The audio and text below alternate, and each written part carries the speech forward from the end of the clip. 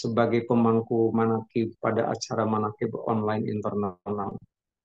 Dan saya yakin bahwa ayahanda Ibu Hajah Erna yang sudah berpulang itu sudah dengan ahli silsilah dengan karomah Abah Awas.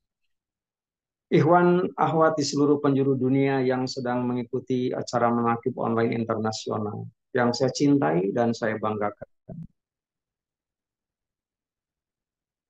Kita masih ada pada bulan Sya'ban. Kita sudah ada pada 10 hari pertama di bulan Sya'ban. Kita tahu dalam setiap acara manakib di bulan Sya'ban ini yang dibicarakan adalah kitab Fadhilus Syuhur.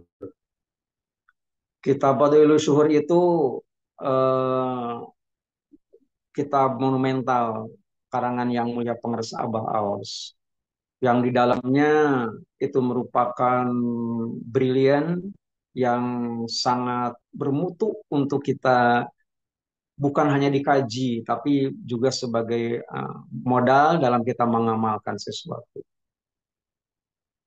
Hurufnya ada 5, ada shin, ada ain, ada alif dan ada nun. Huruf ba pada kata Sya'ban itu dimaknai sebagai barza. Barza itu adalah sekat. Sekat diterjemahkan sebagai karantina. Mungkin saya akan melihat dari eh, setiap begini, setiap manusia itu sendiri itu pasti dalam keadaan suci dan eh, kembali kepada Subhanahu wa taala, kepada yang maha suci itu harus dalam keadaan suci. Nah, selama perjalanan rentang waktu sejak kita ke dunia sampai kita kembali lagi ke hadirat Allah Subhanahu wa taala itu tidak menutup kemungkinan ada debu, ada kotoran, bukan hanya nempel pada diri kita, itu bisa saja sudah lengket pada diri kita. Nah, yang perlu untuk kita ketahui adalah ternyata memang diartikan fasilitasnya hanya ada dua, hanya ada neraka dan hanya ada dan surga, begitu. Neraka itu merupakan kapling yang disediakan untuk orang kafir, eh, bukan hanya kafir nanti sebutannya begitu ya, sebab ada juga orang-orang yang mempunyai apa, mempunyai hak untuk masuk ke situ, gitu. Mungkin kaplingnya sama di neraka, tapi bloknya yang berbeda. Neraka kan jahanam, sementara di dalam jahanam itu sendiri kan banyak banyak blok gitu ya. Ada yang namanya blok apa namanya sakor gitu ya, ada yang namanya whale dan sebagainya. Itu disediakan untuk orang-orang yang mempunyai hak masuk ke blok itu. Itu ya. Masalahnya kan di dalam Al-Quran disebut gitu ya. Seperti salah satu ayat Allah Subhanahu wa taala menyebutkan innallaha jami'ul munafiqina wal kafirina fi jahannam jami'an. Allah akan mengumpulkan orang-orang munafik dan orang-orang kafir itu di dalam jahanam. Gitu ya. Itu sama, couplingnya jahanam gitu ya, tapi apa namanya bloknya yang berbeda. Kalau munafik bloknya paling bawah, gitu ya, paling bawah dalam artian nafi darkil asfal. Itu kata Allah. Nah, yang tidak boleh adalah begini. Di dalam kajian ilmu fikih itu ada satu bab yang diberi judul jalalah gitu ya. Itu dalam ilmu fikih kita baca dalam kitab Fathul Mu'in, dapat kita baca dalam Al-Mahali, macam-macam. Jalalah itu adalah binatang pemakan najis.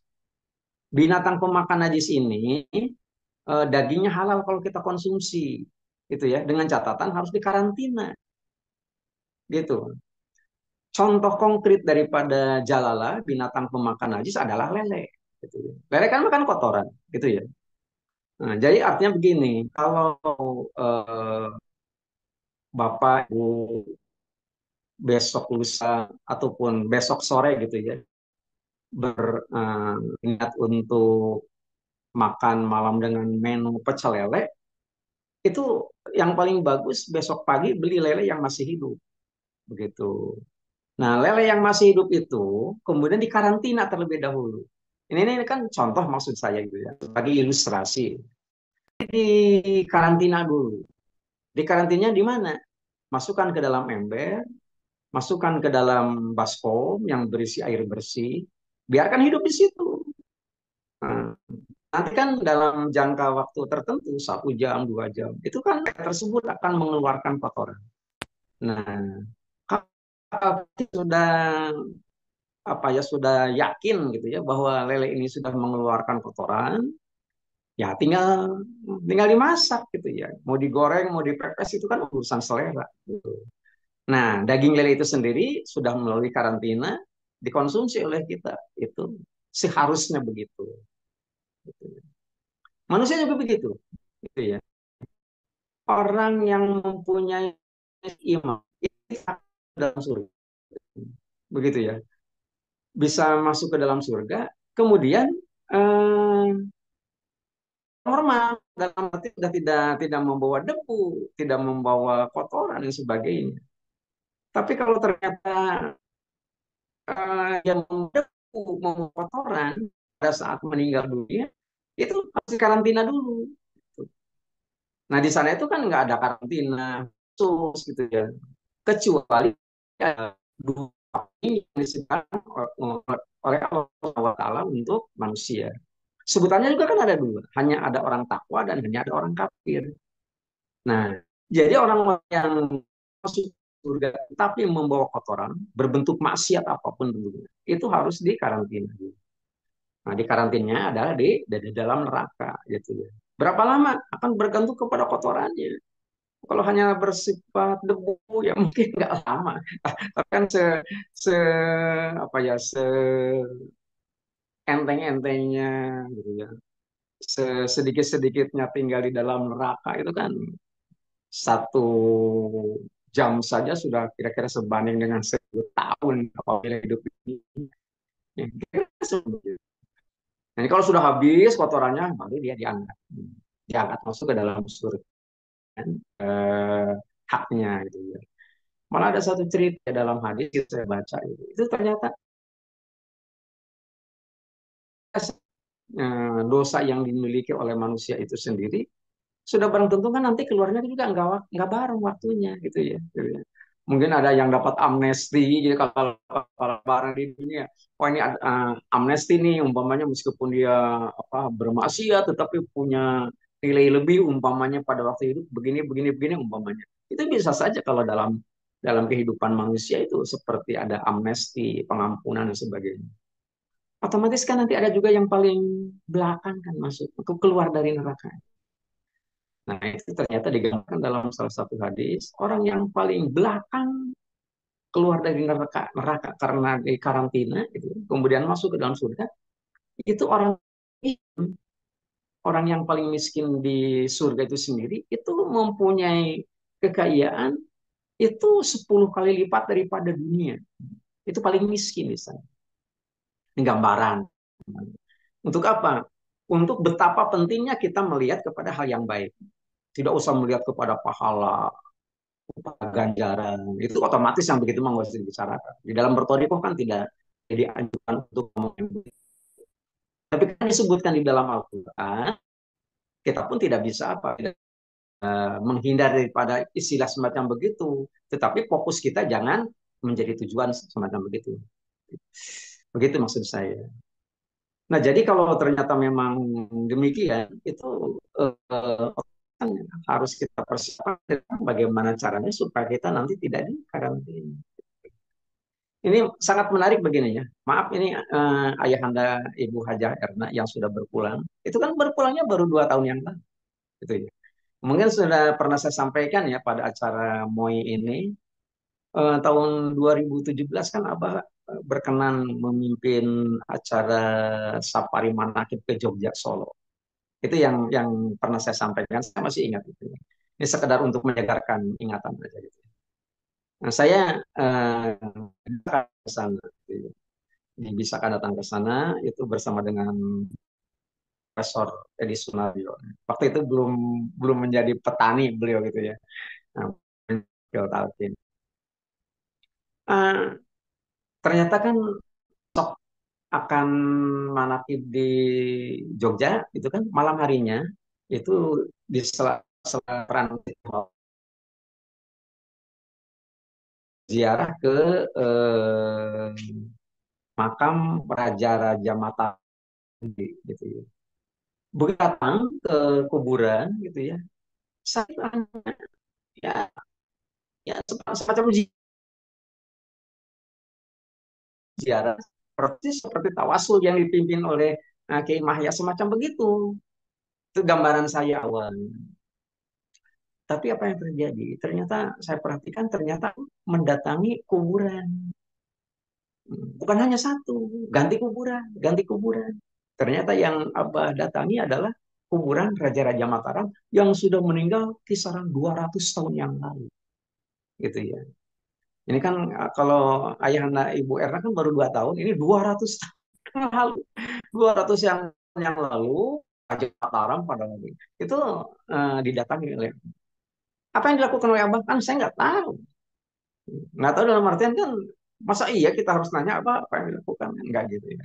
Saya pikir hanya baca-baca begitu saja. Itu selesai, kemudian kembali ke hotel transit. Saya ke hotel berbeda. Besoknya acara manakib di Jogja. Selesai, kemudian kita masing-masing, kami masing-masing itu bergegas untuk ke Surakarta. Karena nanti akan dilaksanakan acara manakib di Masjid Ageng Kasunanan Surakarta di Solo gitu. Otomatis kan nggak bareng ya datangnya itu ya. Nah, Abah datang dulu hanya mungkin karena cepatnya kendaraan yang ditunggangi oleh Pak Abang berbeda, dikawal macam-macam. Saya datang belakangan, tapi begitu saya datang masuk ke Masjid Ageng Kasunanan itu Abah sudah di, ada di situ dan saya diminta untuk bergabung. Nah, bergabung biasa tuh sambil menanti datangnya waktu maghrib. Selesai maghrib, nah, selesai amalia, kemudian sampai berakhir dengan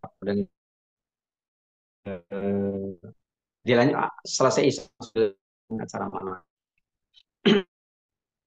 Kesempatan untuk menyampaikan khidmat ini ilmiah, baik di situ di Masjid Ageng dan sekali waktu di Masjid Mabrur ya di Ambarawa dulu ya.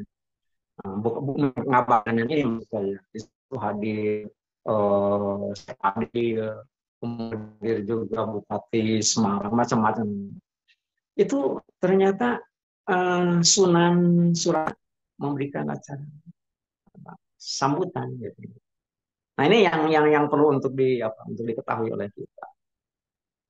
Sambutannya materinya sederhana, mengucap terima kasih. Umumnya kan mengucapkan terima kasih itu kan mengucapkan terima kasih kepada yang hadir. Tapi ternyata ini enggak.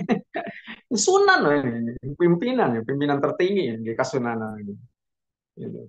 Ini Sunan Solo, Surakarta itu menyampaikan ucapan terima kasih kepada semuanya, terutama kepada Pangresa Abah Aus. Menyebut langsung, menghaturkan terima kasih kepada Abah Aus yang tadi malam telah memberikan hak talkin kepada Raja-Raja Mataram yang sudah berpulang 200 tahun yang lalu. Mereka sangat berterima kasih. Mereka dalam artian Raja Mataram yang sudah meninggal. Kata Sunan, mereka mengucapkan terima kasih dengan talqin tersebut dan mereka hadir pada saat sekarang. Sampai segitunya. Kekuatan Syekh Mursyid menalkin orang yang meninggal 200 tahun yang lalu dan pada waktu itu bisa hadir pada acara manakib. Gitu. Ini apa ya? menjadi apa ya? Menjadi dasar bagaimana kita lebih meyakini kemampuan yang mulia penguasa. Bukan di situ, gitu ya. Ada seorang Ikhwan, orang Bengkulu. Ini beda kasus ya, beda kasus, beda kasus. Kemudian orang tuanya, ayahnya sudah berpulang, sudah berpulang. Kemudian sama ya, sudah 2 tahun yang lalu berpulang. Dulu.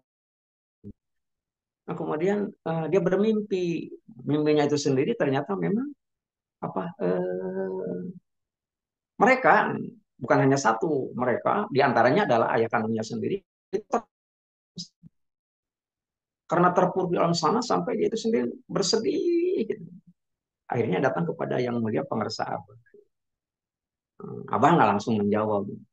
Hubungi si ini, dan satu eh, apa namanya, satu yayasan. Hubungi ini, bisa nggak? Bisa nggak nolong? Gitu. Ternyata diturutin tuh, diikutin, gitu ya. Artinya didatangi si A, si B, si C, gitu ya. Itu ternyata tidak bisa nolong. Kalau tidak bisa nolong, itu baik kata Abah. Nanti datang ke Masjid Al-Barakah di kota Bekasi, gitu ya. Tanggal sekian, bulan sekian, tahun sekian. Gitu. Nah, mengapa datang ke sana? Karena pada waktu itu Abah memimpin acara manakib di Masjid Al-Barakah. Gitu ya. Untuk yang kedua kalinya saya diminta gitu oleh para sahabat menyampaikan khidmat ilmu di situ. Uh, kemudian gini, gitu ya. Kalau memang tidak ada yang bisa menolong, tidak mau menolong yang sudah berpulang itu, coba sekarang kamu saja ditalkin. Dia sudah ikhwan gitu ya. Nah, di situ mulai diberlakukannya badal talqin. Nah, dengan badal talqin semacam begitu, akhirnya yang bersangkutan, yang ayah berpulang itu menjadi orang yang apa namanya, untuk ayah kandungnya. Begitu selesai talqin, Wah yang memimpin, akhirnya udah selesai. Nah, cara manakib juga selesai. Nah, malam harinya dia bermimpi lagi, orang tersebut. Ternyata ayahandanya yang kemarin terpuruk itu sudah selamat. Sudah selamat, sudah diangkat dari kapling tempat terpuruknya itu menjadi tempat yang nyaman. Ya, mungkin sudah bergabung dengan ahli silsilah kira-kira semacam itu. Di situ diberlakukan badal talqin. Makanya jangan heran dan jangan tanggung-tanggung. Wajib hukumnya untuk meyakini. Kalau saudara kita ada yang sudah berpulang, gitu ya. Siapapun gitu ya, bisa keluarga dekat, bisa agak jauh, bisa bisa tetangga, bisa siapapun. Setiap diadakin zikir, ikut saja menjadi badal, ikut badal talqin. Untuk siapapun, itu berarti hanya untuk satu orang. Untuk siapa? Nah, jadi untuk menolong, gitu ya. Untuk menolong orang yang terpuruk di alam sana supaya bisa diangkat. Gitu. Nah, itu mengapa di sana itu sini bisa terpuruk? Itu namanya karantina, gitu. Jadi sebelum diangkat, gitu, harus masuk karantina dulu. Itu kan cerita, cerita fakta yang wajib diyakini kebenarannya. Kita yang sudah mendapatkan hak itu tidak melalui proses karantina. Kita ini. Talqin zikir itu adalah kendaraan khusus. Kemarin Abah mengatakan begitu ya. Nah, tanggal 8 ya, tanggal 8 Abah mengatakan begitu pada eh, tanggal 8 di hari Sabtu kemarin. Abah mengatakan begitu. Zikir adalah kendaraan khusus yang akan melewati jalur khusus, kemudian rutenya khusus, kemudian itu untuk orang begitu sederhana tetapi sangat syarat makna, gitu ya. Jadi mengapa banyak orang yang terpuruk semacam yang saya sebutkan tadi? Itu karena sudah tidak yakin kepada talqin. Apalagi kalau kita baca medsos gitu ya, kita ngomong apa, yang diomongin apa. Kira-kira semacam begitu. Nah, jadi maksud saya, karena kita sudah ada apa ya semacam sertifikat lah gitu ya, lisensi gitu ya. Eh, orang masuk ke surga saya itu antri. Ayat 75 daripada surat Az-Zumar. Wasiqal ladzina taqaw rabbahum ilal jannati zumar. Orang-orang takwa digiring, berduyun-duyun, antri menuju surga. Kalau menuju surga saja antri. Apalagi menuju neraka. Ayat 73. Wasiqal ladzina kafaru ila jahannam zumar. Orang begitu berduyun-duyun, antri. Itu menuju neraka. Itu sampai segitunya. Nah, orang yang ditalkin itu sendiri nanti tidak akan begitu. Karena apa? Kendaraannya khusus. Coba kalau Bapak Ibu, kalau saya kan orang Bogor gitu ya, jadi eh, tahu sedikit di lapangan gitu, kondisi bagaimana eh, ini, gitu. Itu bisa merasakan. Tapi kalau sekedar gambaran kan sering diliput oleh media gitu. Itu mengapa bisa macet? Itu karena jalurnya jalur umum, gitu ya. Jalurnya jalur umum. Nah, talkin segitu jalur jalur khusus. Jadi tidak melalui jalur yang macet, kira-kira begitu. Nah, kemudian kendaraannya kendaraan yang khusus, gitu ya. Bukan kendaraan yang biasa lalu di situ. Nah, rutenya juga khusus, bukan ke situ lewatnya. Gitu ya. Nah, orangnya yang ikut di gerbong itu adalah yang khusus. Bukan, makanya tidak diberlakukan kondisi yang begitu, tidak berlaku, tidak melalui karantina. Kelebihannya semacam demikian. Nah, mengapa begitu? Apa-apa ngarang? Tidak. Apa tidak ngarang? Abah itu eh, penerus risalah Nabi Muhammad SAW. Bukan bukan bukan penerus kenabian. Apakah bukan nabi, tapi penerus risalah. Hmm. Nabi Muhammad berpulang, tapi kan risalahnya kan nggak mati. Terus al ulama warasatul anbiya. Begitu ya. Diangkat terus berjenjang ya, berjenjang silsilah itu kan berjenjang itu sampai kepada silsilah yang ke-38 Abah Awas. Jadi yang disampaikan oleh pengarang Abah itu sendiri apa nggak ngarang. Wa ma yantiqu anil hawa. Abah tidak pernah mengucapkan sesuatu yang keluar daripada emosi, nggak pernah. Semuanya berdasarkan Al-Quran Karim. Makanya tidak heran dari mana Abah bisa mengatakan begitu. Ternyata disebutkan di dalam Al-Quran. Tepatnya surat Al-Waqiah. Dibaca Al-Waqiah. Ada yang dikatakan sebagai Ashabul Maimanah. Kelompok kanan. Calon ahli surga. Ada lagi Ashabul Masy'amah. Calon ahli neraka. Jadi sudah dibagi dua tuh kelompok itu. Ashabul Maimanah masuk surga, Ashabul Masy'amah masuk surga. Kita ini nggak masuk. Tidak masuk ke dalam kelompok Ashabul Maimanah dan tidak masuk ke dalam kelompok Ashabul Masy'amah. Gitu. Kita kelompoknya kelompok mana? As-sabiqun as-sabiqun.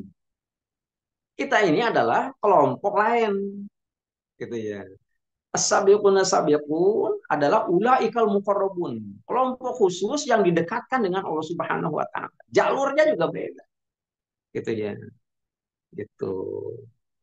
Kalaupun umpamanya dalam gambaran kita, umpamanya kita perlu ataupun harus melewati satu jalur dan jalur itu eh, karantina seperti itu alam barzah, kita ini nggak itu gitu ya, tapi kan kita ini dikawal gitu, dikawal karena hal-hal yang kita sering kan itu tapi